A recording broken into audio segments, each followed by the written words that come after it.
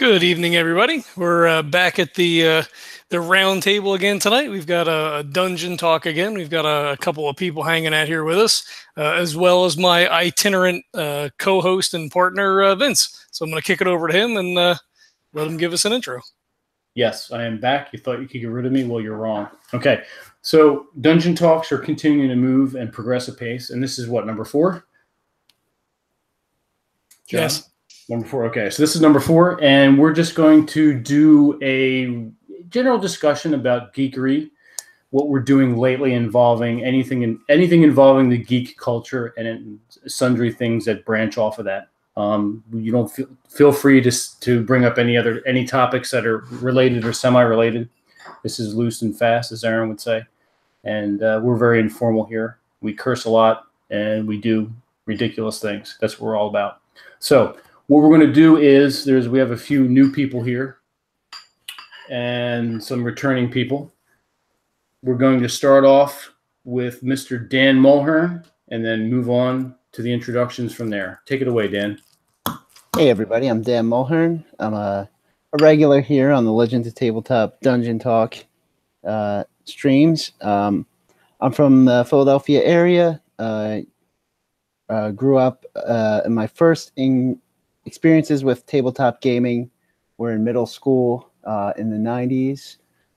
Continue to play Dungeons and Dragons, Magic the Gathering, other card games, and other RPGs through my college years. Now I have 4 kids. Haven't had a whole lot of gaming time, but where I can, I've been playing in some games with Vince and John. Just a huge game fan with not enough time to actually game. And an aspiring everything writer, game designer. Got lots of plans and 0 time to follow through on them. Well, it's those 9 kids that you have to take care of, isn't it? Exactly. Yeah, pretty much. All right, then we have next Aaron. You're a relative newcomer, but you've been on a few times, and you've also played Dungeons and Dragons with us. Yeah, I have played with you guys. I play the character Sled, and I'm an author, blogger, internet guy. And fortunately, it's enough that I make a living off of it. It's not a hobby. That's what I do during the daytime. And then thankfully, with the wonders of the internet, have been able to get back into gaming after a long hiatus of being an adult and getting mortgages and working and all the other fun stuff. So now I kind of play online. A couple places I go to some hangout groups. I went to a hangout group in Las Vegas, and that was painful. Otherwise, I prefer to hang out with you guys and play online because you guys have your act together. I started playing in the 80s back in high school. Did everything from Warhammer to Shadowrun and, of course, D&D. But more recently, returning to Dungeons and Dragons and getting more board games like Settlers of Catan and like that. Excellent. The very first edition, a newer edition, is TJ. And TJ, you want to tell us a little bit about yourself? Yeah, I'm an author, writer, and reporter from the Seattle area. I now live in the heart of the mountains, as it were. I kind of grew up on playing just about every board game that you could think of: Stratego, Risk, Monopoly, and I'm trying to think of all the other different ones that aren't really in vogue anymore. But I also got addicted to Settlers of Catan years ago, and now I'm trying to find people to play it with. Another card game that I love fanatically is the game Bang, which is a spaghetti western themed card game, kind of like Mafia except with cards. And I also, when I was a kid, I was one of the biggest Legend of Zelda nerds you'd ever meet. Nice. And last but not least, Gabe, you're up. Hey guys. I'm a game developer in the Philadelphia area, making video games, but also publishing a card game that some friends and I produced. And we just released our video game Super Rock Blasters out on Switch last week. You can buy it on the Nintendo eShop today. Excellent. Pardon me. I'm going to bite dinner. What was the name of that game again? Super Rock Blasters. It's kind of like asteroids, but instead of shooting asteroids, you're shooting each other for up to 4 players. It's good when you can shoot your friends. Absolutely, that's what it's all about. Not only shooting your friends, but maybe even your enemies and making new ones. So, Gabe, when you talk, we're getting a weird feedback, kind of like sonar noise, a bit of an echo. Say something. is it when I turn the mic on, you hear it? Yeah, when you talk. All right, let me see if I can fix something. Sounds more like a mosquito at night that keeps you up for 10 hours. Yes, that is true. Wake up beleaguered because you couldn't hunt it down or find it. And then you're covered in mosquito bites, yes. Do you know how good it feels when you find that fucker? Oh, I know. Like, It's funny. I was just talking about this. I had one in the car and didn't know it. And I would get into work. I'm like, why are my arms bit up and why am I fucking itching? And finally, today I park and I see this little mosquito buzzing around near the window. Apparently, he was very hardy and fortified. The muscular version of the basic mosquito was just lingering in my car, so I murdered him. Well, he's feeding off of your blood, so he probably got extra I potency. think so. Yeah, exactly. He's just, Superpowers. Mutant mosquito. It became Vincent Man. It's like Spider-Man, except It's Vincent the and reverse. mosquito. Exactly. He turns bugs into superheroes when they bite him. I think so. Yeah, I didn't get any superpowers from it, just a lot of bites on my arm. Yeah, I don't know if I can fix anything. Is it still going? Yeah. It's like a weird sci-fi sound effect, like a ringing noise. Like earrings going. Like all right, well, I'll just keep my microphone off until I need to say something. And then... Well, that's when it happens. Like when you talk. All right, never mind. Do you want to drop out? We can do it. Well, you want to drop out and jump back in again? Because sometimes just it's a weird connection with Google that. Yeah. Sure, I'll give it a try. I'll be right back. Well, TJ, I have a question for you. Have you played Dungeons and Dragons or other role-playing games, or just strictly board games? I did get briefly into. It was like some sort of Star Wars role-playing thing for like once or twice with some of my Boy Scout friends, but it didn't really take off. I think it was just we were playing so many other games that it was just it was something we talked about a lot, and the whole idea of how the role play rules should be set, but we never actually got into it. Okay.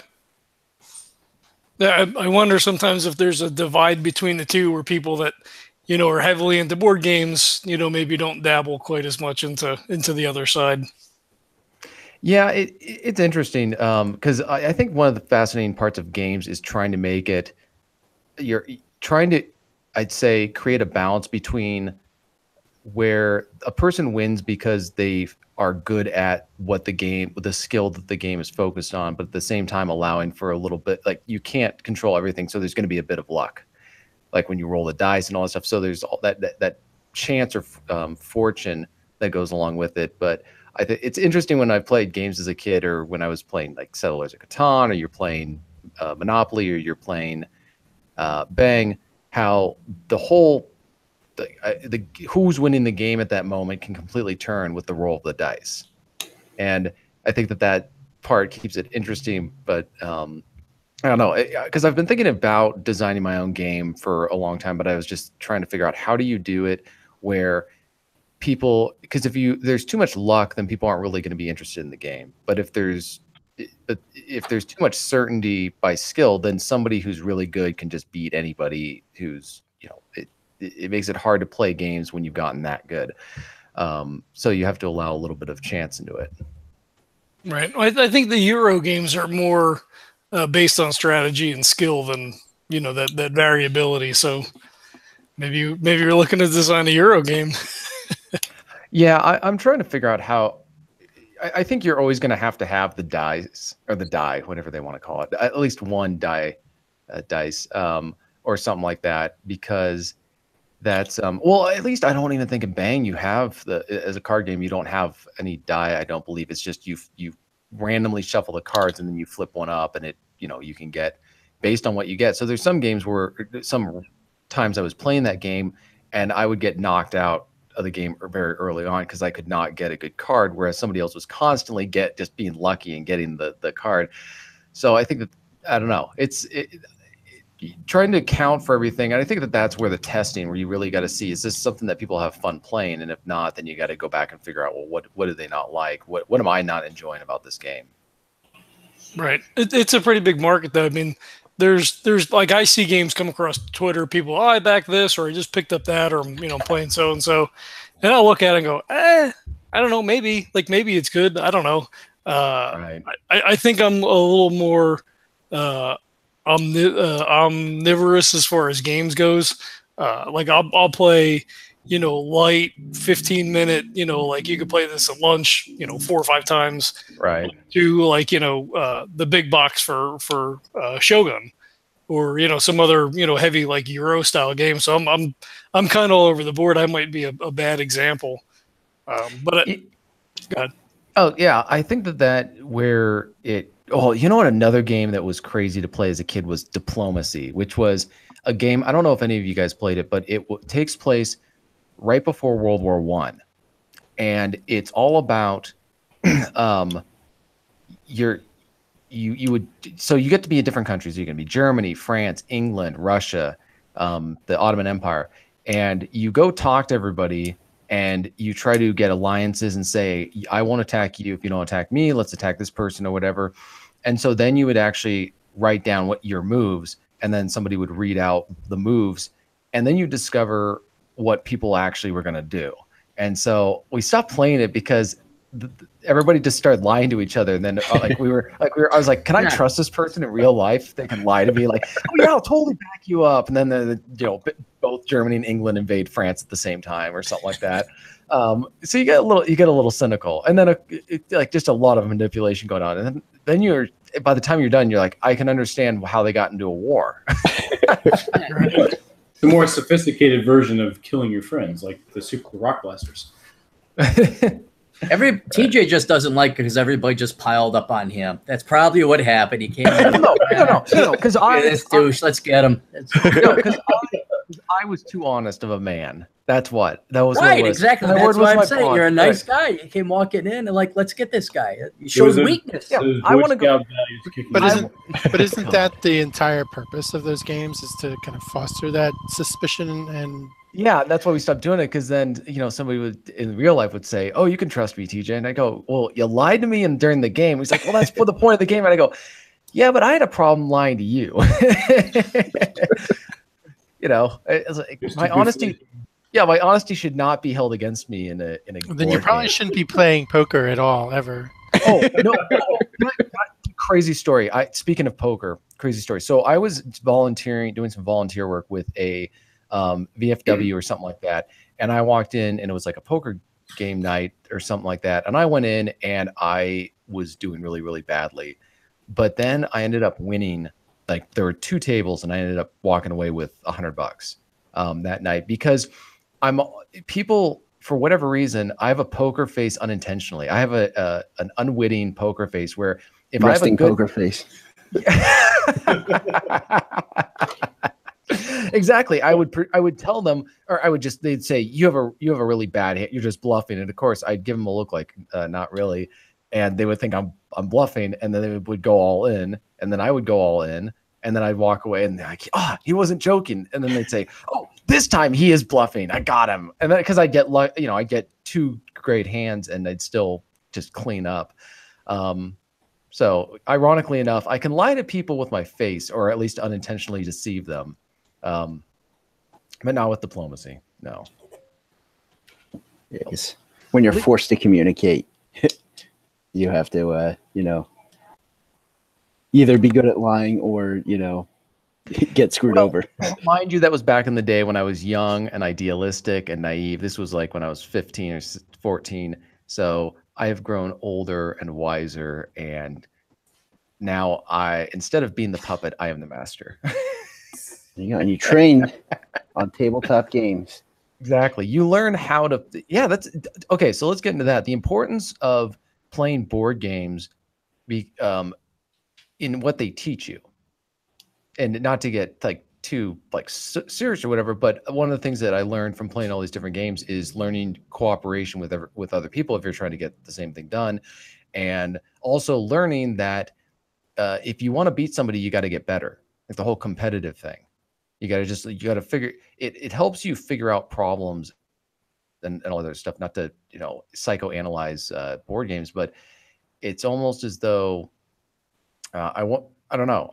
You see like the whole volunteer participation trophy generation, and you think, did these kids ever play any kind of competitive board game where there are winners and losers?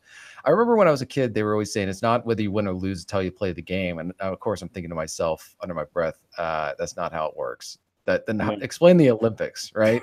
There are winners and losers. The winners get the gold medal, the losers get nothing. Yes. Right? Well, and tabletop, like RPGs are the same way. Like, you start as a kid, it teaches math, it teaches cooperation, it stimulates storytelling. I think that there's a truth. I think there's truth in RPG. Cappy was talking about this in one of his podcasts a long, long time ago about how if people are really good in one area, they're going to have a deficit in another area. And I think that's absolutely true. And that's a life truth that RPGs are, like, whether they're Dungeons and Dragons or whatever, there is no perfect person. If you're really great in one area, you're likely going to have a big flaw in another. And whenever you look at like some great leader or somebody who's really good at one thing, you notice that they have a flaw in another area. Like I know people who are really good at like computers, or they're good at programming, and they're good at whatever, like they're good home improvement, and they're good at working in the shop. I'm not, but they're also not that great at the gym, or going to the gym at least. Right. They're not as in good physical shape. So it's the same thing with Dungeons and Dragons characters. Kids learn, okay, if that's part of life, figure out what you're good at and work on that. Do you enjoy any with your experience with diplomacy, do you enjoy any like social deduction games at the table, or are you still an active board game player? I love playing board games. I don't have the same social circle that I used to have a couple years ago, where everybody ended up just going their own way. Like people moved out of the area, they got married or whatever. I'm still a big board game type person. I'm very big about doing things in person with other people and talking to people who are actually in the same room as you. I mean, I love doing this kind of stuff, and I love doing Cappy's older brother podcast and all that other stuff. But I think that real life interaction is important as well. And this is the way it used to be. But when it's almost like that's the whole generational thing that's also interesting. Is we always talk about the difference between millennials who grew up after the internet came out, so they never knew anything else, and people who grew up before. Well, it's the same thing also, I would say, with board games, where if you wanted to play a game, you didn't pull out your phone, you went into your toy closet and you pulled out a board game, and you actually socialized with your friends. Yeah, absolutely. I was going to ask you guys if you've had any experience gaming in person, in the past. You have? Gaming in person? Oh, yeah. When John was still here in New Jersey, and Dan is not far from me, we have a game around the table. And we started 4th edition in what, 2007? 2008 it came out. We picked up the books and started playing within, I don't know, a couple of weeks. I mean, we hadn't played in, since 2nd edition, so years and years. And it was just like, do you want to play? You were like, oh, there's a new edition. You want to play? And I'm like, I guess maybe, whatever. And that's great that we're on. That's the attraction. What TJ's talking about is that camaraderie and socialization around the table. This is great, and trust me, I love the technology, and the fact that we can do this is nothing short of magical and amazing to me. But sitting around the table, and Gabe as well. Gabe joined up. When did you join up, Gabe? Like 2010, 11? I think we, me and you met up at like Barnes & Noble with a few other people from like a meetup. and Yeah. we had our own game going for a while too. We did. And we all got together at my house and played. And if we didn't get together at my house, we didn't play. So and then I started coming to your games as well with Dan and James, and we had fun that way. But yeah, it's always getting together, and I think that's kind of a better. I mean, it's nice to do it every once in a while, using the internet as a tool, but getting together and being in the same room is way different and way better experience in my opinion. Well, how many of you guys have, outside of your core group here, have you guys ever played physically with other people then? Because everyone seems to be located in the Jersey, Philly area, and that's convenient for you guys. But because I think there's outside of Vince, I had another D&D group composed of different people that we played with, and we did that for like 2 years.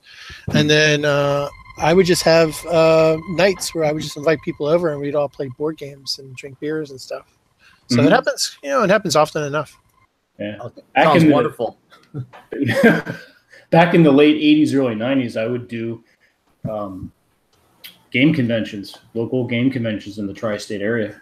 Back when that was getting a start. I mean, I guess the first one was Gen Con back in the late 70s, really late 60s, early 70s when wargaming was big. You're going and you're gaming with total strangers, so that was a huge thing too. It was almost like a major event. You'd get your stuff together, you'd register online. There was not online, by mail. You'd get your registration packet back. You'd get set and get ready to go. If you had a character, they would send you the character, you get ready, or you'd show up and they have a character there that you just played, and away you went. So Vince, we did a couple times. We did a Wizards of the Coast had Dungeons and Dragons kind of organized. I forgot about that. Events where you would get together with a group of basically the locals at whatever game store. Where we go, like we met at the Ron's comic shop a few times. Yeah, they took place on Wednesday nights. I completely forgot about that. Yeah, it was fun, and it's interesting because it's a cooperative game, and there's like so many decisions to make that depend on each other. That to kind of see how you work together and figure out how your strategies are going to go. And like looking around at these people and like, does this person have any idea what they're doing? Do I have any idea what I'm doing? Or are we just going to, totally wipe here? Or do we have a chance? It's interesting. It's fun. And then by the same token, there's Magic the Gathering. They have weekly tournaments at local game stores. And for me, since I get out like once a year to go to these things, it's pretty much always a new crowd. It's a different experience because it's all competitive and oppositional. You're not trying to cooperate and collaborate with people. But it's still fun to get out and see some fresh faces. Not always the freshest smells, but have you guys tried hangout groups yet? Like live? That's where Gabe and I met through a meetup. Strangely enough, through my brother who quickly dropped out. But as far as like official meetups, I haven't gone to any of those. But John did run a board game meetup for a while. I did, yes. When we first started the podcast, and I started to get more and more into board gaming, I'm like, well, shit, this is a good way to bring people to the show. I'll host a meetup. So I paid the fee and found a location, and it never really took off all that well. Like the most people we ever had at one spot was maybe like 10 people. But meetup is a good way to get into the community if you have things like Tabletop Simulator and stuff like that, where you could play board games online. But like what you guys are saying, it's not the same because it's about the socialization. It's about sharing a beer and having a burger or whatever. I do my board gaming in person now, but I do almost exclusively my role playing is now online for the podcast. but together is the best. And we had, when you're meeting a random group, and I made a note when you were talking earlier, Aaron. It's a mixed bag. You don't know what you're going to get when you go. Like, you hang out with people in your regular friends group if they're all kind of nerdy, and you play games and stuff, and you're like, okay, cool. Like, this is the way it should be. And then you go to a convention, maybe you go to a meetup, and you're like, wow, that guy's fuck whatever. Yeah, and it's people, right? I mean, that's that's the way it's going to shake out. I don't know if they're people. I'd say. We had the area that I'm in Arizona. There's a lot of retirees, so we had an older woman come in, and she didn't know anything about board games, and it's not Monopoly and Parcheesi anymore. It's these heavy Euro games and all this different kind of stuff. So she had no idea. And we try to walk her through it, and kind of explain the rules, and if she didn't understand something right away, why are they doing that? I didn't do that. How come they get to do that? I'm like, well, on their turn, they try to. And she played. She was there for a little bit, and she seemed like she was kind of interested. And then finally, she was like, "Fucking, I'm out." Like we never saw her again. Can't hang. But so I don't normally play role playing games when I go to conventions. I do board games and stuff because it's kind of a different crowd. Like, I mean, there's tons of crossover, but I did play a Call of Cthulhu game at Arizona Game Fair earlier this year, and it was not, the GM was good, but the experience at the table was not fantastic, which is why I don't normally do it. And now I could say I tried it. So your wisdom to returning noobs like me is that the board games, which have pretty much it's all rules, and certainly some strategy, but it's not as open-ended as an RPG. And if you got the rules, it kind of forces everybody to play like it. Or play by the rules. But whereas, not saying the experience was similar when I've gone to meet up Dungeons and Dragons group, but it was similar, where it's a shit show. These people everyone wants to go to the bar and get meat and find a wench. The DM has no control over his soldiers. And I remember one time we never made it out of the bar in 2 hours. And I'm kind of like, what? You could have gone to the actual bar and gotten drunk. I could have built a bar in the middle of the desert. Got my own D&D. If you guys could all flew out there, and we would have gotten further along in the campaign than we did this particular group. But that's a good observation to note that the board games with the rules tend to do better when you're meeting out in public. The structure, it kind of imposes an intrinsic order. Yes.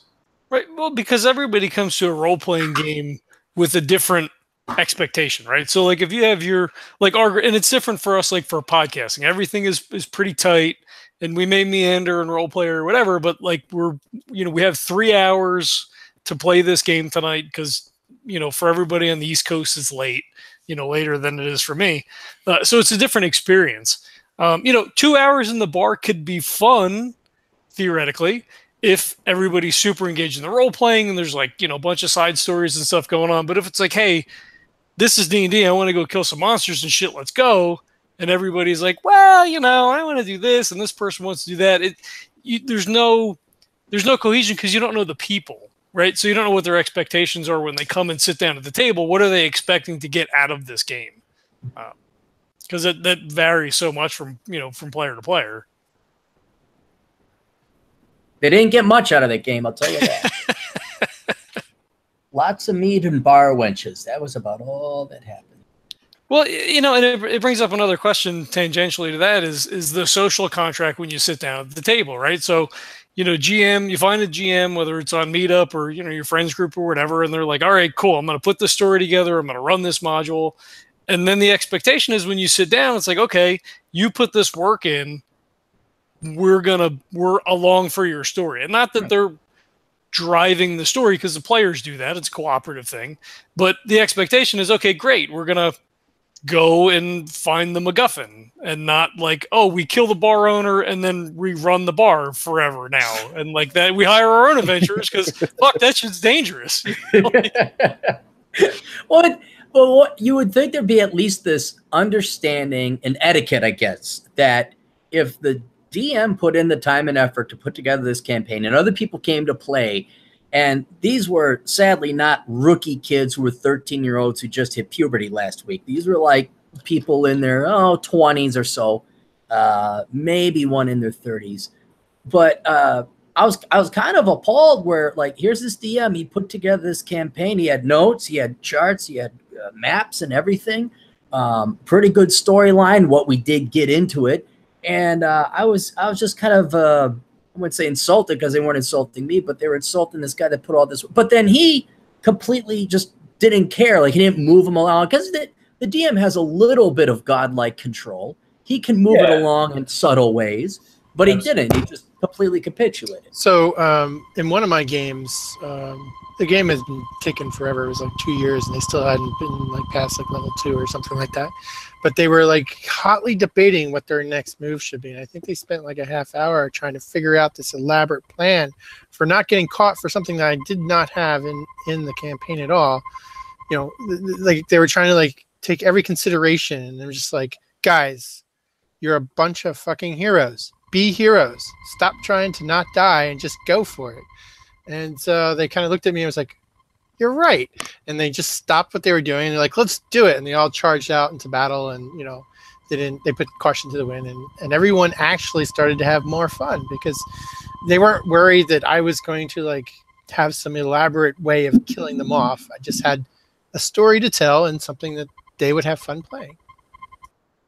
Yeah, I guess there's like a, you know, there's the whole mentality of the gotcha, like the gotcha DM, and the players are all get paranoid and then overzealous when it comes to planning everything out.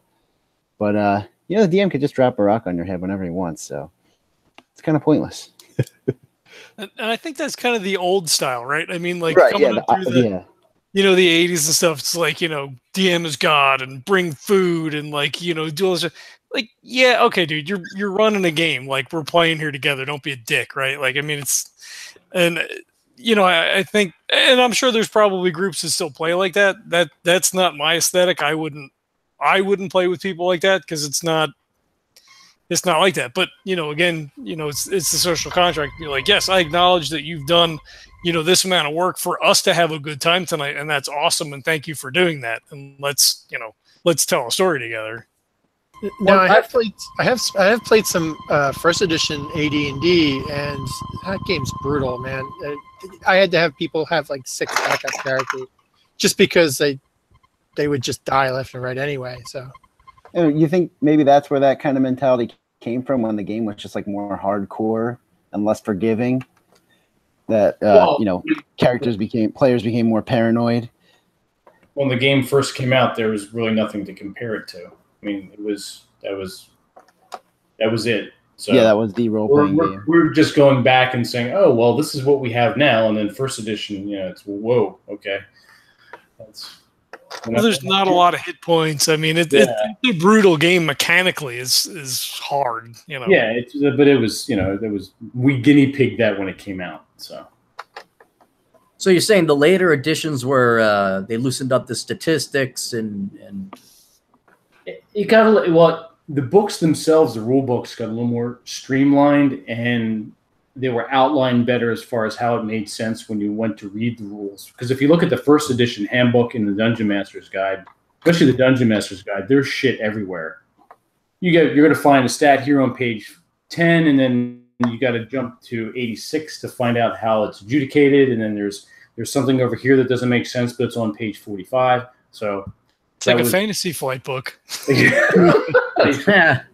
Well, you know, I think one of the first adventures or campaigns that kind of tried to fix that problem, it was still in Advanced Dungeons and Dragons or the first edition or whatever you want to call it, but it was the Dragonlance campaign, and they didn't want you killing off players, number one, because then players can't play, and number two, they had iconic characters that they didn't want to kill off until a particular time. So they had, like, I forget what they called it, but basically, you know, if you died, in finger quotes or air quotes, like something would happen to, you know, oh, well, you know, you left me back at the thing when I died, but I really wasn't dead. And, you know, actually this person came around and saved me and dragged me and bandaged me up or whatever. And they had like, you know, a way for you to kill off players but at the same time bringing them back. And I've heard of other games where like your player dies, and then all of a sudden, the campaign becomes about, at least for a little while, about taking that dead character, your friend, and finding a way to getting him back, and that becomes the adventure, which I think is also a pretty cool idea. That way, everybody still gets to play, but they get to, maybe the dead adventurer is like a ghost or something like that, and they still get to play around. They're not like having to roll new characters, but it keeps the story going and it keeps everybody together and tight knit. That's cool. I did none of that. That's neat. I like it, or at least appreciate it, when the DM takes on the role of what a judge should be, where it's like, okay, you have all this codified law, but you need a human to interpret the non-binary, non-code, non-words, rules and regulations of said law. That's James in our group. Yeah. Well, I sure as heck appreciate it, because my character died like on the first night or the second night I was playing. It's like, oh yeah, but your ankle went the other way, and so now you got 1 hit point left, so you're all right. Yes. It would have really sucked to die on the second try. Yeah, we kept you alive. I appreciate it. Yes. I think the best part was the role playing between Sled and his brother Ned. When you were trying, you guys won't let me kill him. you were trying to booze him up to get information out of him. Well, yeah, but and then after a while, I was like, look, and I was trying to play my character too, where I was like this complete prick. I was only into it for myself, and some people would say it's not acting. And like, here's a guy who's going to be a rival. I'm like, okay, I'm going to go and say it, and then you could just hear the from the DM, like, okay, well. And then you got to read in between the lines, like, oh, maybe this guy has an important. I totally went with it. I'm like, let's do this. I think that's when I did like trip in the rafters or something. And then I think so. You failed a roll, and I had you trip, and that's how everyone knew you were there. Trying to climb the boxes or something you're like that. Yeah, you're trying to climb the boxes of the dead rat gang in the warehouse. And I think I rode Snake Eyes and just. You did, yes. Yep. Came up short on that one, but it made for good role playing, so that's good. It did. Vince, I think a lot of your games are, you do try to keep a little bit of keeping the player happy. I know with my characters, I'm always like doing something stupid and weird, and not always playing the min maxer that James wishes I would play. He totally does want you to do that, doesn't he? I appreciate that. And it's interesting, right? So like in a game like D&D, it really tends more towards the power gaming aspect of having everything optimized and being the most efficient killing machine that you can be. But other games, I feel like are less so, depending on what you're playing, right? I mean, certainly in a narrative game, that's much less important.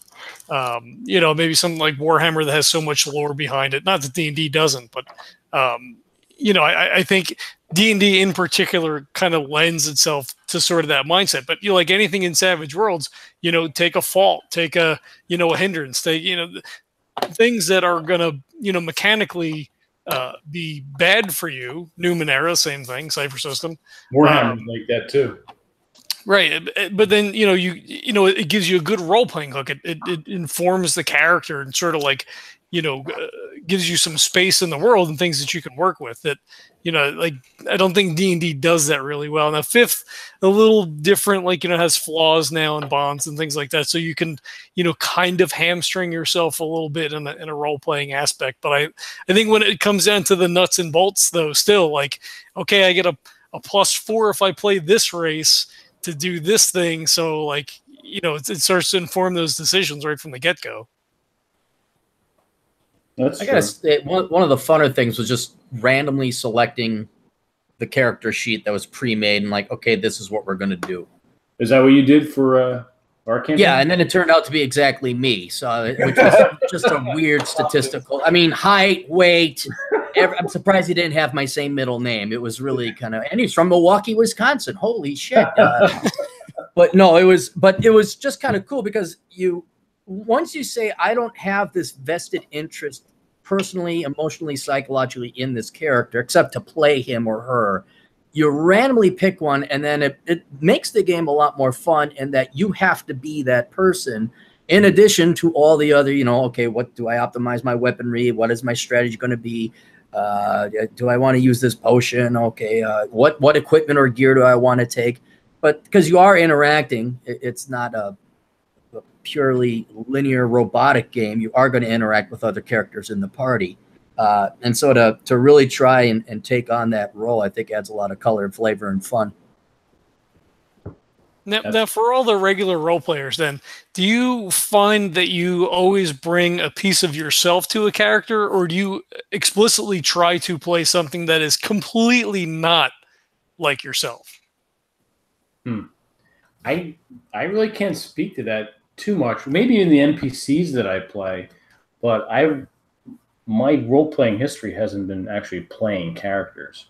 The rare exceptions when I've gone to conventions. But I usually run the game. I've been the dungeon master. Right. I find that I like the idea of playing characters who are like cool, who you're like wish fulfillment, who I wish I would be like, oh, super cool buff dude with like magic powers and a big sword and stuff. But they tend to be not as fun in the role playing part of it. Playing a character like Spritle that I'm playing in Vince's game. Spritle is awesome. Yeah, that's a lot of fun. That's a blast to play, and it's totally not my kind of style of character. But because when you're playing like cool buff hero dude, like you don't say anything. You don't, you're just strong, silent, gruff dude who just kills stuff, and you're basically a Frank Frazetta painting. But yeah, when you play stuff a little out of the box, and for me, someone who's like a little bit goofy, it just is more fun. I don't know.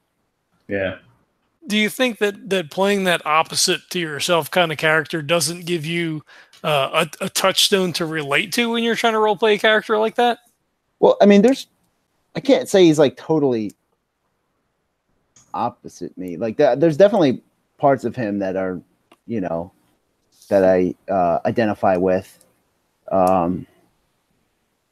So yeah, I kind of like the idea of him being like too honest and too straightforward. So I kind of like lean into that. It's kind of similar to I'm basically playing TJ in his teenage years in diplomacy. But I don't even know. I was going to say, I don't even know if you want to play your complete exact opposite, because that's just you. Okay, what would I do? Okay, well, I do the opposite. What would I not? Yeah, exactly. Yeah, I mean, I like. Yeah. This is why I don't like playing someone of the opposite sex. It's like, no, I'm not going that far. I'm not that much of a method actor. I'm gonna stay a guy. You didn't want to self-identify as. Yes, the female sled. Sledette. Sledna. Be loud, fat, and obnoxious. That might be funny. Be a prude. Kind of hot. She'd be the type, the fat chick that says, I'm not sleeping with anyone, to preemptively strike any chance that any guy would never in a million years approach. I could do something like that. Maybe I would play a female character. I could really get psycho with that. So here's my question, as somebody who hasn't done the whole turn RPG like Dungeons and Dragons stuff. What is it that makes RPGs and fantasy genre blend so well together? It seems like that's overwhelmingly what the genre. It doesn't really go into other types of. You're not going to see a film noir style role playing game, but it for some reason lends itself really well to fantasy or and all that. And I'm curious what makes that. First, fantasy encompasses such a huge. It's ridiculously global. There's really no bound. I mean, you can put boundaries on your magic and things like that to make it, but there's no limit. I mean, it's wide open. and it was the fantasy role playing game. Again, bringing back to Dungeons and Dragons in first edition, even what they would call basic set or the original D&D. It had its start there, and I think that's honestly everything is derived from that, but that's where it has its start. And once again, it's just wide open. It's such a huge playing field. Whereas something like maybe like a noir, you can only go so far with that. It's like taking a movie and then saying we're going to make a role playing game around it. It's still limited to that particular. You know what game or what type of game? I remember as I was a kid, I think it was a game based on the TV show Combat, which was about a squad in World War II in France. I always wanted to see a role playing game kind of based on that. There was this computer game that my family had. I never played it, but it was a role playing game or turn based game for PC about the 101st Airborne.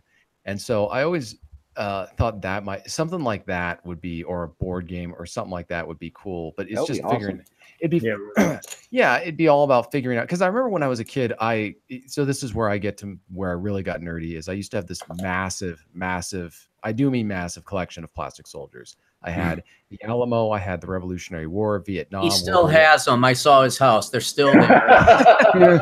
Sleeps with a couple in bed for security blanket. Yeah. You know what the reality about that is? I'm not going to say who in my family, but one of them took my entire collection to Goodwill one day. And I show up, and I was in high school or whatever, but they go, well, we thought you didn't want it anymore. Oh, that sucks.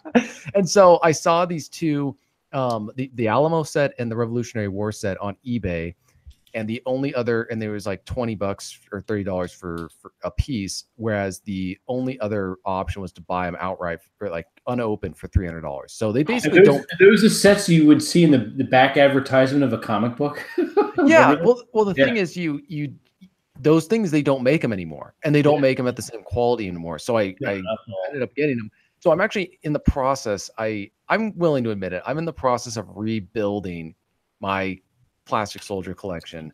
I still have, the thing is, I still have the only soldier that they left, that they forget, like was left out of the bucket that they picked up and took away. So I have it on my desk. Prisoner of war. No, it was one of the returned to us. It was one of the plastic soldiers that had the bayoneted, the rifle with the bayonet, and he's like charging or whatever. So I have that on my desk. It's sort of like a childhood thing.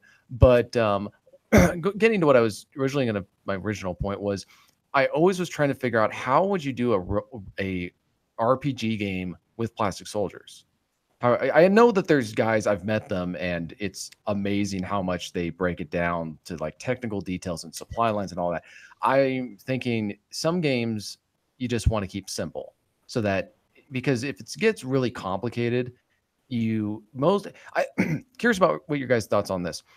My biggest problem getting people to play a new game is the amount of explanation and having to teach them all the stuff about the game. Whereas if it's a really easy game to pick up and play right away, they're going to be more likely to do it.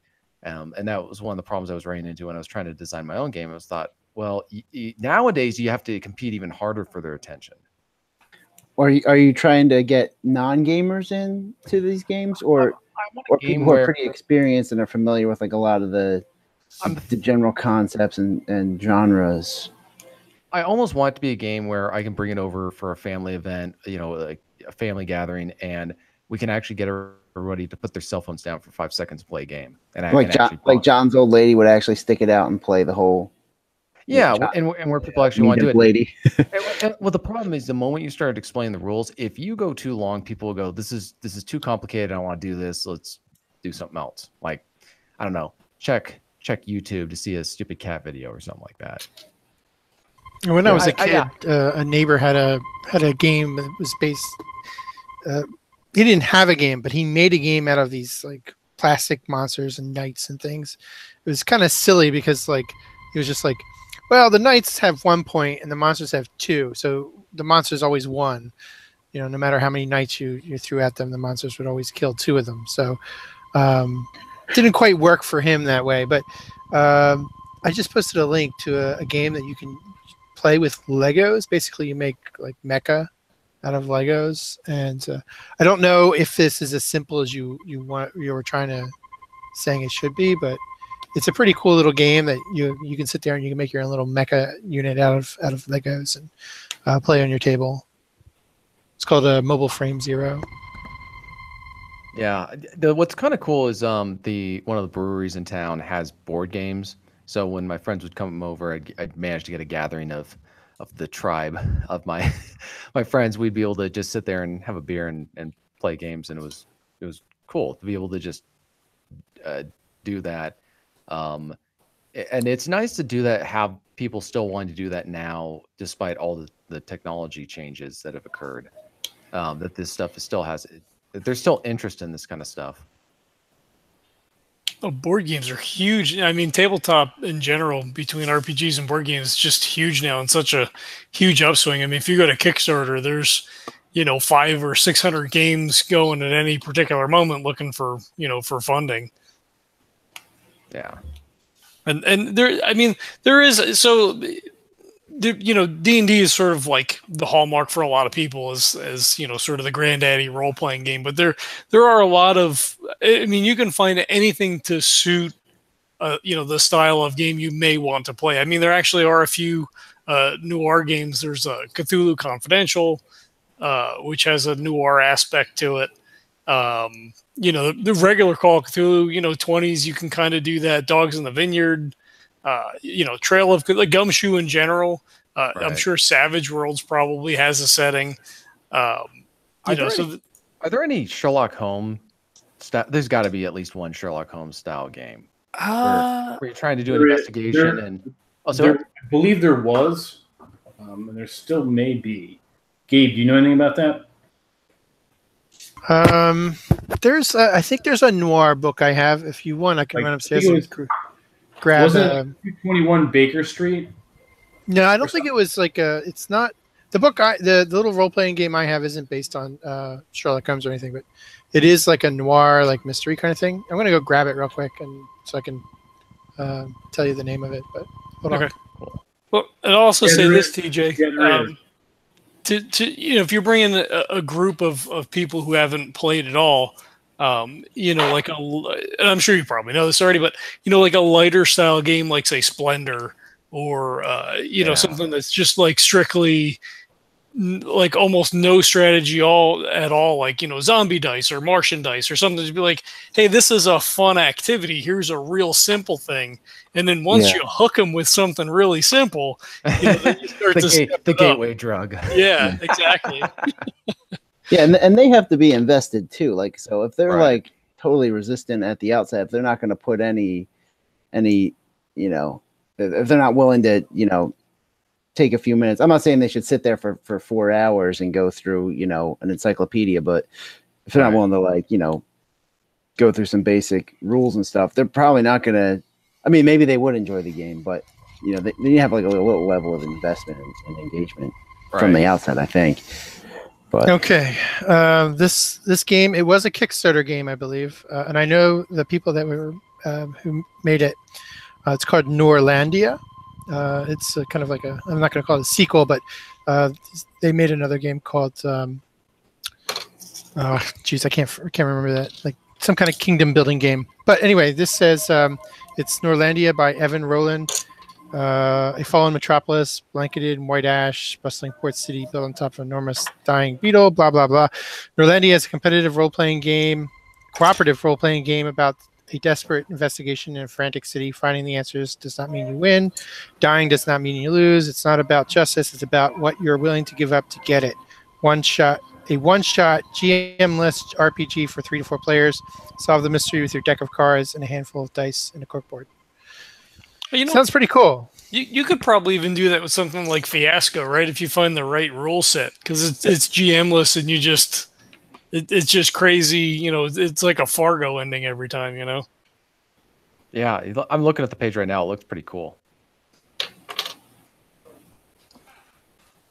Hey, Zenas, if you had an idea for a video game, and I'm talking something as simple as like one of the old school, I don't know if you remember Dragon Warrior, or if you're even old enough to remember Dragon Warrior. Did we lose him? No, I'm here. Dragon Warrior. It Or sounds Final familiar. Fantasy.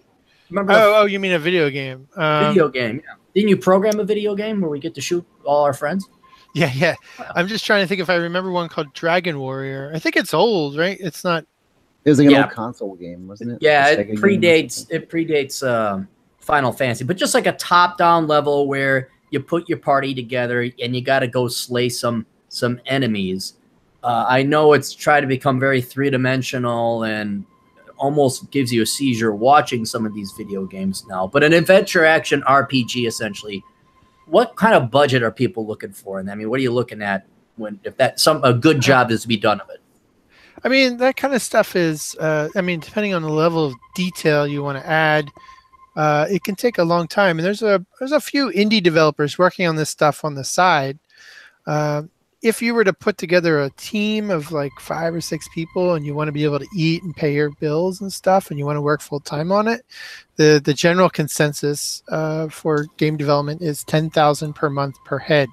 So you're talking $50,000 a month for 5 people, and How many years? probably about 2 years, 3 years. So that's a lot of money. Okay, maybe I go back to almost the 3 or 4 million. two-dimensional. Yeah. I think No, I I mean, go that's- back to the two-dimensional one. And that's even like, even a game that you think, 2 dimensions or 3 dimensions doesn't really matter as much. It depends on what kind of art the people involved can do. If you have someone who can do 3D modeling, and they can do it for you regularly, 3D or 2D, it's not really that different when you're creating the systems that run the game. That's kind of the harder part. And then most of the games that are out there, it's not the first mile that hurts. You can get a game system and things functional and whatever. It will just look like shit, and no one will want to play it. But if you spend 2 or 3 years polishing it and putting detail into it, that's where all that extra time and money is going to get invested. And the more time you put into polishing, the better the experience is going to be for everyone. And that includes play testing and getting feedback and re-implementing things and stuff like that. What was the game where it was ugly people? The characters were ugly and they rushed it to market. Anything by Bethesda, I guess. I think it was by Bethesda. They're the same ones that made. Well, I think you might be talking about Assassin's Creed, where like the people's faces disappeared and nothing was left but their hair and their eyeballs.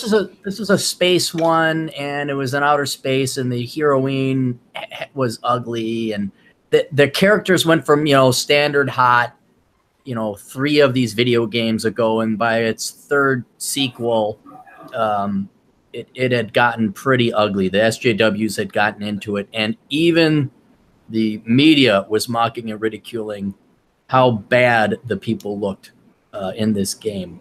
But I'll see if I can't look it up and find it.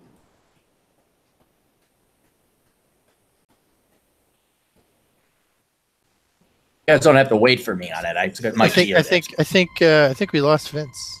Yeah, he dropped. He had to reboot his PC or his iPad or whatever he's using today. As far as like top-down stuff, there are people making interesting games that are kind of more like role-playing games, or like more like kind of stories that are kind of playing for you. I think the one I can think of off the top of my head is called Dwarf Fortress. Oh yeah, I've heard of that. I haven't played it. Mass Effect. That's the game. Dwarf Fortress is basically it's in ASCII. If you know what ASCII is, it's is it in ASCII? Yeah. So like the entire game is generated procedurally, and it uses the English character set or the character set for old computers to generate the landscape and the creatures and stuff in it. And there's like it's almost like a living world where you have like various people or dwarves or whatever, trying to eke out their living in like Casmodan or whatever. And they come across like monsters and shit happens to their fortress and floods come and wash everything away. And it's kind of cool in that it builds like this story while you're playing it. And I think you're playing it more from like God mode than you are from I could be talking completely out my ass on this one, but it's more like you're kind of guiding the civilization of dwarves. But there's other games that also do something similar on a more role-playing esque type way. And I bought one not too long ago, and again, I don't remember the name of the damn thing, but it's basically top down. Your guy's a little like 8-bit character, like a line and like a stick man, and you're running through the generated world trying to, I guess, adventure your way to glory. Like a roguelike kind of thing. Yeah, there's a lot of roguelikes like that too, where you're just like you play the game until your character dies, and that's the end. And you start over again, and it's all new, and everything's regenerated completely from scratch, and you don't know where anything is anymore. And there's a lot of indie games that are basically trying to do this kind of thing. There's people making things like Zelda or more complicated RPGs that are harking back to like the Nintendo days or like the early 8-bit computer days and stuff like that. Well, the graphics are, okay, graphics were cool 15 years ago, 20 years ago. I remember when Super Nintendo came out and that blew everything out of the water. But now the graphics are just, I don't know how much further you can improve them to the point that I don't need another first-person shooter. I mean, when Halo came out, it was revolutionary and groundbreaking. Now, Call of Duty 47, the Revenge of Bill, or whatever they're going to call it, I'm sure the graphics are going to be spectacular. I'm kind of missing clever and funny gameplay that actually makes games fun. I think that would be where hopefully the future of gaming is going, because I just Legend of Zelda, Breath of the Wild, that was really cool to play, but it wasn't because of the graphics. It was just because of all the fun, cool stuff that you could do. But if you really want to get freaked out at the Uncanny Valley, there is you should look at some of the latest Unreal Engine demos where you're like looking at virtual people that don't actually exist, and they're almost photogenically real. It's gotten to the point where I think a lot of players don't want to play. They don't want to play a challenging game. They just want to be a part of like a narrative or a story or like a choose your own adventure kind of thing. So like the graphics are getting really good, but the gameplay is kind of like turning into just like, do I want to continue? Yes. And that's kind of what a lot of modern, cutscene, quick time event.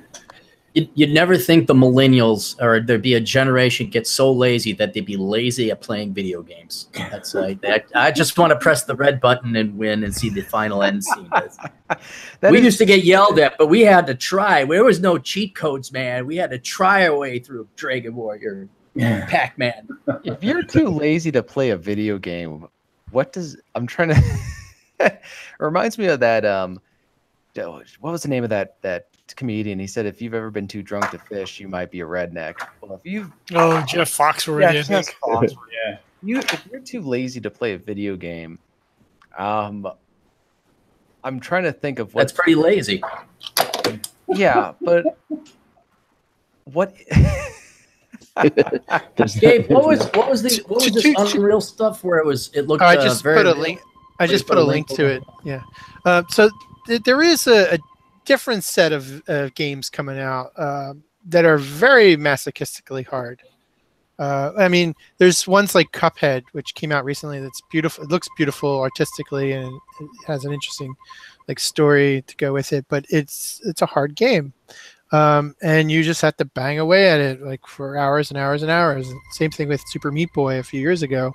I mean, these are games that are like really hard. They're harking back to like the old, Nintendo console games. You as a kid, you would just sit there and just do them over and over again until you figured it out. You memorize the level. Yeah, but there's like a new like sadistic, like sadomasochistic, like hardcore video games genre out there. I forget what they're calling it, but it's basically the game does everything it possibly can to piss you off. Like you jump across the gap at the a big bullet comes flying out and kills you just as you do it. So it's just like real life.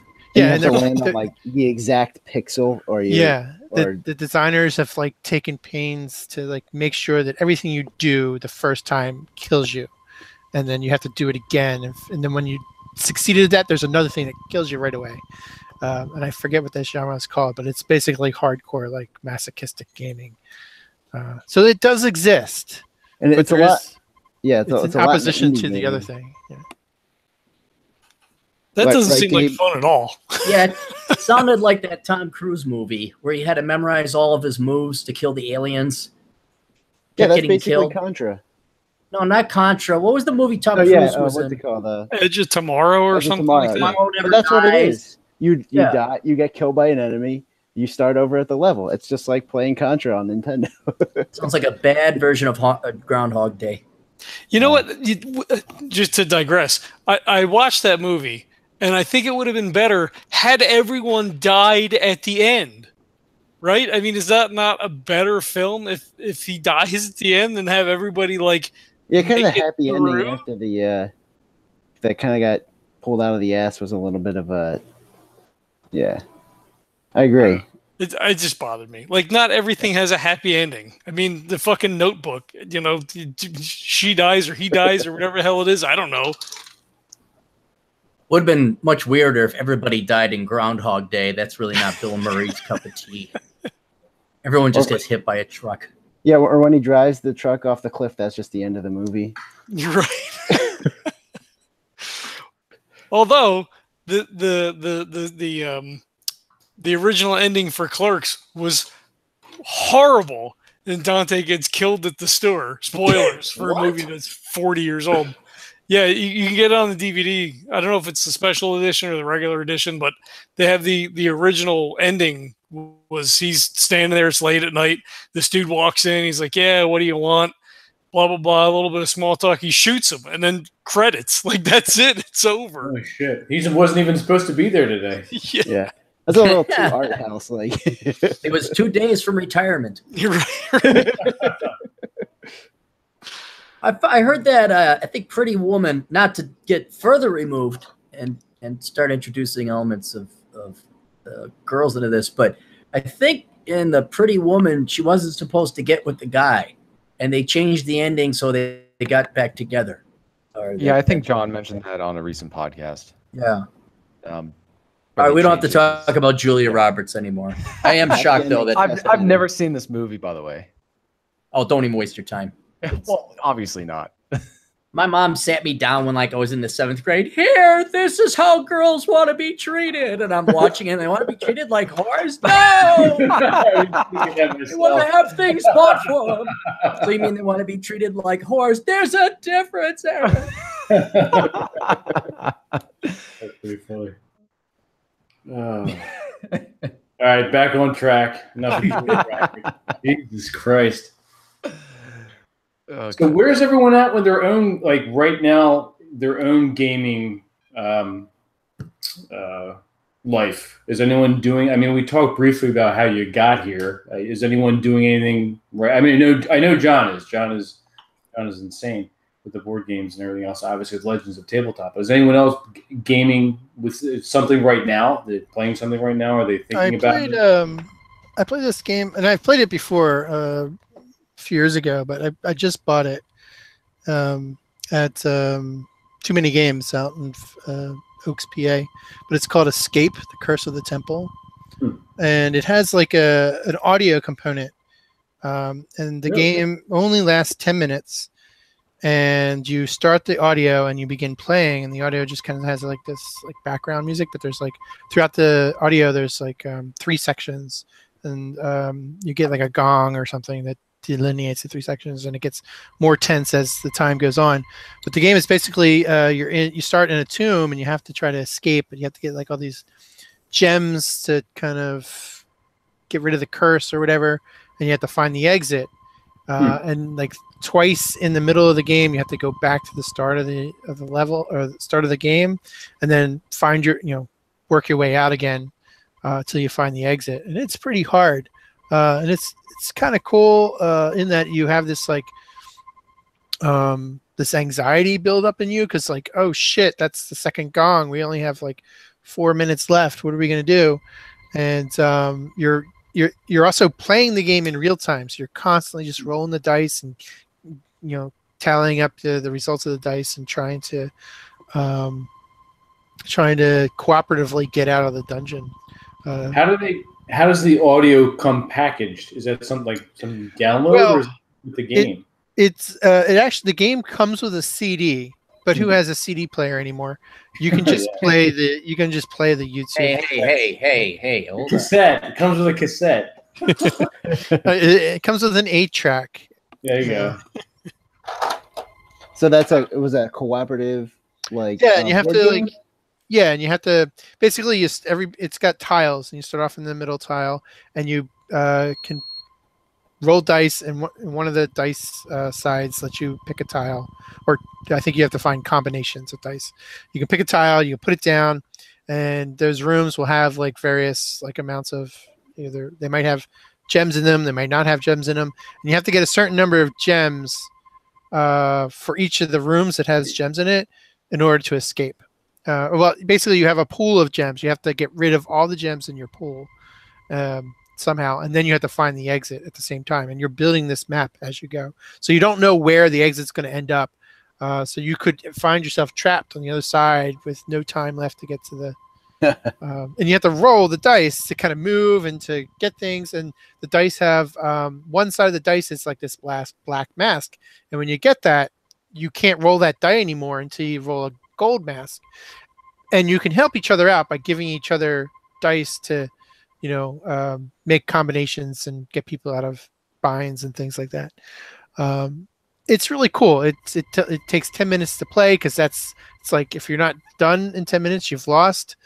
And it's kind of like it's frantic a little bit, and it's good to play with like a group of people. I think it's like it says up to 5 people, and you can play it by yourself too. But I don't know who would want to. It sounds boring, but yeah, if you got 5 people at the table screaming and yelling, rolling dice, and trying to make deals and stuff like that to get people out and yelling about strategy and things, it gets pretty cool.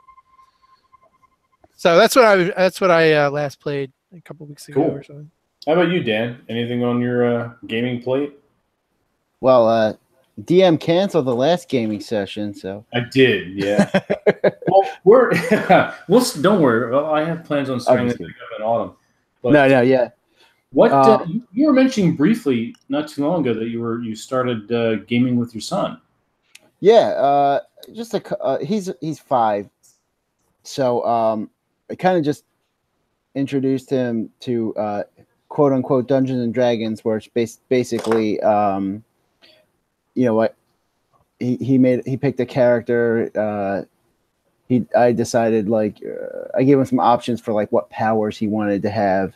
And then I draw a map and give him a situation, and he decides what he wants to do. And, absent any like actual rules, I just, arbitrarily decide, okay, based on how hard or easy I think it is, I give him a number. And if he rolls higher than that, he succeeds or not. And so like really simple, straightforward. And I've just been really surprised at like how out of the box like some of his solutions are to these things. Like the very first encounter, he's playing a dwarf, and I told him, okay, you're in the goblin cave and you're trying to steal a gem. And so we roll the dice, and oh no, a goblin spotted you. What do you do? And he says he tries to trick him that he's just trying to fix the statue. He's not trying to steal the gem, like the Grinch in The Grinch Who Stole Christmas, when Cindy Lou Who comes out. So I thought that was pretty funny. And yeah, he just had a couple little kind of clever, totally unexpected by me decisions that it's been great. So I'm trying to do some more of that, and at some point kind of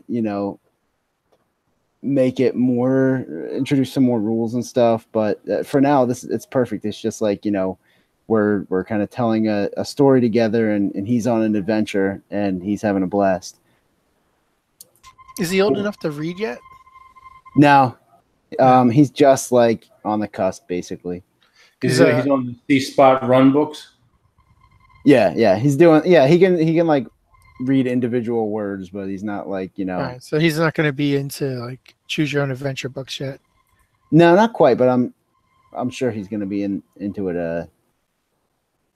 Soon. I think once he does start reading, he's just going to go ape shit and just like. Yeah, Don't have him be one loves of those. stories. Don't have him be one of those kids. I walked past the library today, and it's like, "Come discover the summer adventure." I'm like, in the library? It's 85 degrees. It's a sunny whole out. What the world. hell is wrong with you people? Go read outside. Yeah. No. There's no. They're gonna make this poor kid read enough in school. That's why. It's reading for pleasure. Yeah. Not assigned reading. Uh-huh. That's why I always look forward to the summers when I was in college, so I could actually read shit that I wanted to. Yeah. Oh man. And make good things. Pretty much all the books are made into movies anyway, so you don't have to read the books. So I save all that time. Well, Aaron, you're just a huge fan of audiobooks too, right? I am also a fan of audiobooks. That's another way to not waste your time on this finite planet sitting there anchored into a chair. You can go run and listen to The Grapes of Wrath if you'd like and do whatever you road trip, yes, hike, everything. There you go. Hike. So, You gotta watch out for that bear. Aaron, on the record, against reading in general. Good man. All right, just that's where we are. Okay, gotcha. Well, no, Dan is saying you're on the record for. Oh no, I'm asking Aaron. That's what that's we're clarifying. Oh yeah, I hate your reading. stance No, is I'm totally anti-reading. against it. Gotcha. Okay. I'm not saying be illiterate. I mean, you're gonna have to read It's signs. good to know how to read. Like Yeah, order you should- order a Whopper Junior or whatever. Right. I'm not saying don't learn how to read. I'm just saying, like, if it's 82 degrees and sunny out and it looks like it's going to be a Ferris Bueller's day off, I'm not sitting and spending it in the library. I'm stealing the Ferrari. We're going to see a Cubs game and we're going to go look at some art. Bueller. I know. Agreed. But see, like, that's the sort of thing, like, I'm lucky here because I have mountains like 15 minutes from my house. So I go with my daughter all the time and we'll go hiking. And I'll bring a journal. I try to write a little bit. Sometimes I'll even bring a book because we go out and we'll hike. And then, we'll bring snacks or we'll bring lunch or whatever, and we'll just sit outside. But, like then I'll read for half an hour, or we'll just, watch the clouds go by. Like, so you gotta be able to find that happy medium where you can do both of those things, together. Yeah, audiobooks. You guys could have banged out a ton of books on the hike up and down. You guys would have gotten way more than 30 minutes of reading in. Aaron, when you're out hiking, you're saying you have earphones in and you're listening to an audio. Do you keep the volume down so you get the ambient noise of nature around you, or are you just going to get just shutting it out? No, for the most part it's being shut out. But when I get to like a top of a ridge, or if I get to the destination, I'll take them off and kind of look around. Okay. And I could tell you, the sounds of the middle of the nowhere Badlands and the top of mountains sound the exact same. That's it. That's all there is. And you're kind of like, yeah, all right, well, maybe I'll listen to something else instead. See, I disagree so hard. I went hiking by myself the other day, and I thought briefly to grab my MP3 player, but I enjoyed the experience of just being, in the element, present. Just being outside and being able to just like listen to yourself wheeze as you go up the trail. Well, no, I don't wheeze. I go to the gym all the time, but just to be in that element and absorb that sort of like in a Zen fashion, just to like be outside, like, we'll get out and like, sit and it's just quiet. Like it's never quiet. Your phone. Because you got kids. If you don't have kids, it'll be quiet all the time. No, but your phone jingles or like, you're like, I'm podcasting all the time or, you're just like, there's always noise. Your air conditioner's running. You get up on the mountain.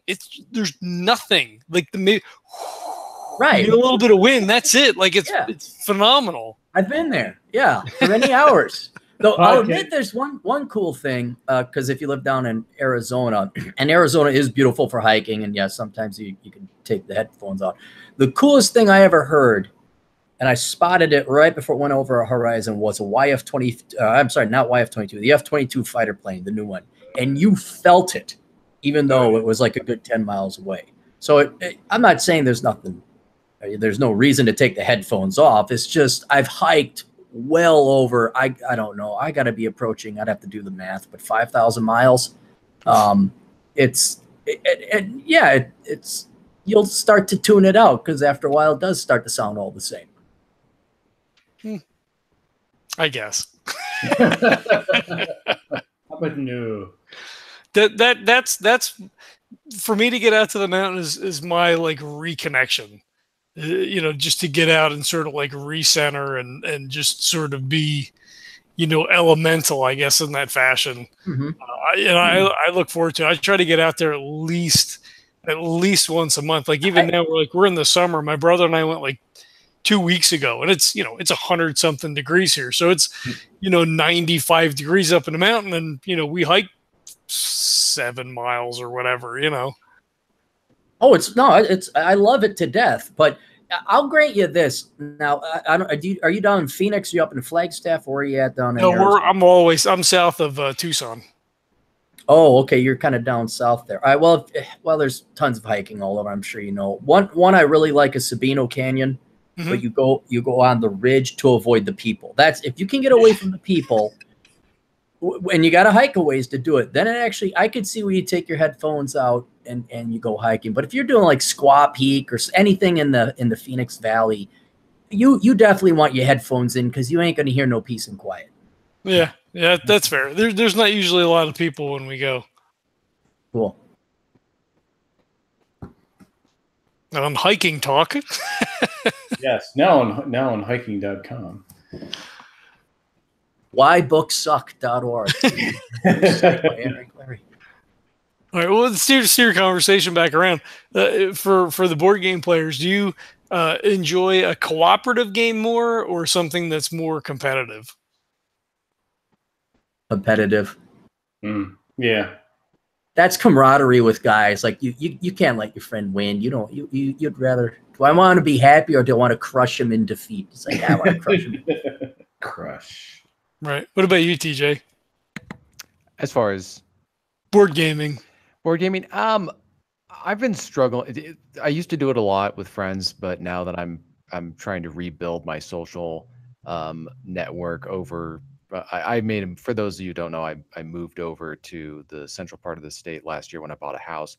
So I've been trying to rebuild that community, but the demographics are a lot different in terms of just age or interest. Mainly hikers around here, so not nearly as many gamers, but we'll see what we can do. Right. Okay. What about you, Gabe? Do you have a preference? I do both. I guess tabletop. I mostly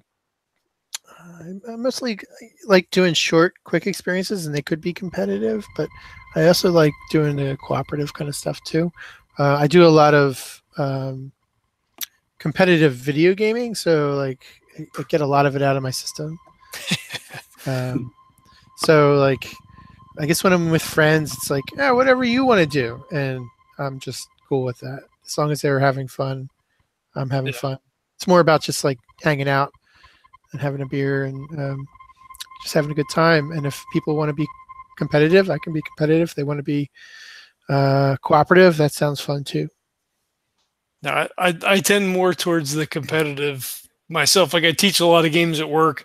I have a guy that I play with who's not like a super board gamer, but like he's getting into it more and more because I'll just bring games and we play during lunch hour. And I want to win like 100%, but like I'll bring in something new and I'm like, all right, this is how you play. And we'll start going through it and like he'll go to make a move and I'm like, nah, I wouldn't do that. So if you do this, and then it's like, oh, okay, well you win now, right? So there's that sort of, you got to be able to teach it to play it. But co-op stuff. Brother? I have a younger brother, yeah. Well, that's how you taught them is by crushing them all the time in defeat. And they learn quicker that way. Yeah. I'll give him a little bit. Like once he starts to, like the guy I play with, once he starts to understand the game, then like, the gloves are off at that point. But like to bring in something new, there's always that kind of like, well, do I tell him that that's a really bad move? And usually I do, right? Because it's no fun, for a new player to come to the table and be like, oh, what did you bring today? It's like, oh, cool, I have this. All right, this is how you play. Boom, I beat you. Like that's just not any fun. I mean, it's kind of fun for me, but not even, right? Because it's not even an earned victory at that point. It's like I beat you because you don't really understand what's happening. and that there's no validation, I guess, in that. There's no, there's no true victory in that, because it's like, well, I almost cheated, because you really don't know what you're doing strategically,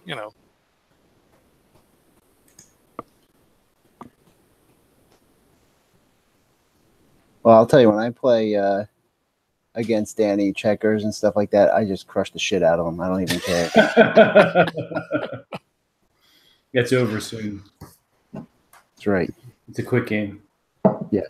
I got tons of validation out of that. I'm like, yes, I'm so much smarter than my 5-year-old. See, that's what I love about playing games with my brother, because it's the same thing. I'm like, all right, here's this game. This is how you play. We'll play through one, and he's kind of picking it up. And then it's just like, fuck you. I'm going to beat you the next time we play something, He's very competitive. When I was out there, we were playing Battletech. Yeah, yeah. God. And it is kind of that sort of, bro camaraderie kind of thing, where it's like, I'm just going to fucking wipe the floor with you right now. Absolutely. That's how they know you love them. Right. Yeah, that's it. It's a way to do it. And you lose too, right? I mean, you get the other side of that, so it always sort of evens out, or at least in most things anyway.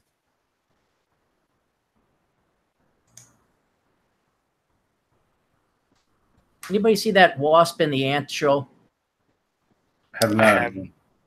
I'm not a superhero movie guy, so I've seen only a handful of any of the movies. I'm sure the book was better than the movie. The audio? Well, nothing really beats an audio book. No, I kind of looking at it, I'm kind of like, it's not trying to be anything it's not. But then it's like a 2-hour commitment. And I was just maybe hoping one of you guys might have gone and seen it. But. No, I'm like John. I'm not a huge superhero. I mean, they're okay. But. I heard that it was good, from people that have seen it. But like you say, it is what you expect that it's going to be. It's not Shakespeare. It's an action movie, Yeah. It's also 3 hours of your life. Is it that long? Well, no, you got to drive there and maybe take a shower and put on deodorant. And I don't know, you go with somebody, you find you don't have to put deodorant on. You don't have to, but and then you go and then you sit and then you wait. And then, we got to stick around there's a secret scene at the end of the sequel. So now let's sit another 15 fucking hours of our life waiting for this scene. And that's cool. Yeah, like Guardians of the Galaxy. I don't know. Have all of you guys seen that movie? Just the first one.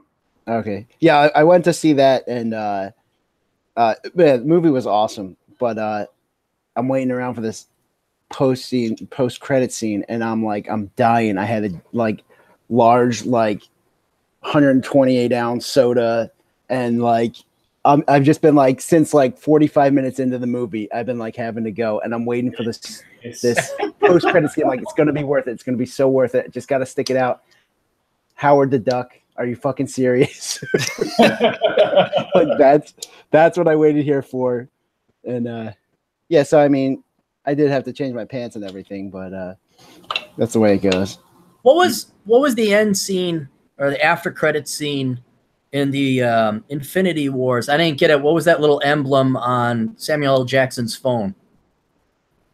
That is Captain Marvel, which is the one that's coming out sometime in 2019. But that's the next superhero they're launching. Oh, okay. And so then he's going to go and save everybody. And yeah, something like that. Okay.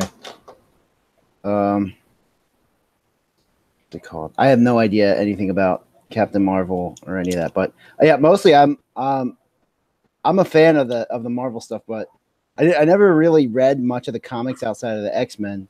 But I'm a big fan of the movies. I'm really enjoying these movies. So I haven't seen it yet, but I'm the Ant-Man and the Wasp. But I'm definitely excited for it. Remember when you were little kids, and it was novel and awesome to go to the movie. Movie could have been utter crap, and you were just excited to go to the movie. It was a huge. I still feel like that. Yeah, I love any chance because I have 800 kids at home, so. I pretty much exclusively go to the movies by myself, except for if it's a kids movie and I take my son. But I get out to the movies by myself, and I'm just like, this is awesome. I'm in the theater. Nobody's like asking me for anything. Nobody's trying to crawl on my lap. You're just glad to be out of your house. That's all. It doesn't matter Yeah, I where don't know you're if it's going. exactly the movie experience that it is, or just the peace and quiet. A little both. A little both. Yeah. One of the coolest things, and I don't know, when did the Lord of the Rings come out? Was that 2001? So I was 26, full grown adult, and my buddy who runs a gaming company, would probably love to tune into this. I should maybe have him on one of these days. Sure. His old man picked us all up to see the midnight showing, the first showing of Lord of the Rings. Nice. And we all got in like little kids in the car with his old man, and he took us to see Lord of the Rings in 2000. Man, that was so cool. That was really neat. Vince and I went to the midnight show. I worked night shift at the time, and he was like, "Oh, you got to come." Like, I've never read them. Oh, you got to. What do you mean you never read the books? Because movies to be made out of them. I never read any of that stuff as a kid. I didn't read C.S. Lewis. I didn't read Tolkien. I didn't read any of that stuff. So I came to all that stuff as an adult. So when I saw the movies, I had no, nothing to compare it to see, oh, well, they fucked this up or they fucked that up. So like for me, it was the perfect viewing experience. And then I didn't start the books until after I had seen all three movies. So, of course, over a couple of years. But yeah, we met like when I got out of work. We grabbed some dinner. We went to the theater. I think you brought your Lord of the Rings chess set. We were like all sitting outside. We were like. So I'm actually curious. Because first in line. speaking of the first Lord of the Rings film, and games. So I'm curious about your guys' thoughts on this. When that film came out, it was just a month or two after the 9/11 attacks in 2001, and it was also at the same time the game Halo came out. And so in both, I don't know if you guys put it together, but I always saw the Lord of the Rings thing and Halo almost unintentionally allegorical to what was going on at the time, it being that young and not really realizing the full picture on that. 9/11 was an attack carried out by religious fanatics. Halo is about an alien race that is seeking to attack mankind because of a religious devotion, all that stuff. I don't know. I was curious if you guys put any of that stuff together or saw it as being intertwined, just culturally and socially. What, you mean the 9/11 and then the movies? Because, the production time for the movie was, obviously before the attack, and then the scheduling of it. No, I don't think I've made myself. I didn't make any connection. Got it. Yeah, and I was always wondering if that was just me and my group. Like, we were pretty young. We were still in middle school at the time, so that we didn't know anything about. We like geographically, we weren't aware of what was going on. We knew very little about the political situation, and so having Mordor is located a little bit north of the Shire. I'm just saying, coming from a kid, who doesn't know a lot, and I had never read the Lord of the Rings books before watching the movie. My dad or my family was not big into fantasy and all that stuff, so watching that. And then playing Halo and all that stuff, I just saw that as being. It wasn't like I thought that they put out these games or the movie in response to it, but I saw it as allegorical at the time, unwittingly, and so there was this not motif, but this whole concept of there's this far out threat, and we got to go deal with it someplace far away. Gotcha. And all that stuff. So whenever I think about any of that stuff, I immediately think about the other two, at least the first Lord of the Rings, not the second one or third one. But when I watch the first Lord of the Rings, I immediately think of 9/11. When I'm playing Halo, I occasionally also think of it as well. Not necessarily. I think it was definitely out there. I remember reading like a review of the Two Towers, where they obviously it's the Two Towers. It came out in like 2002. That 9/11 was kind of on people's minds. So yeah, it definitely. I remember reading, and that review definitely made several allusions to like comparisons to 9/11 and the response to it and everything like that, and the idea of fighting against an enemy who seems, like totally, willing to do absolutely anything.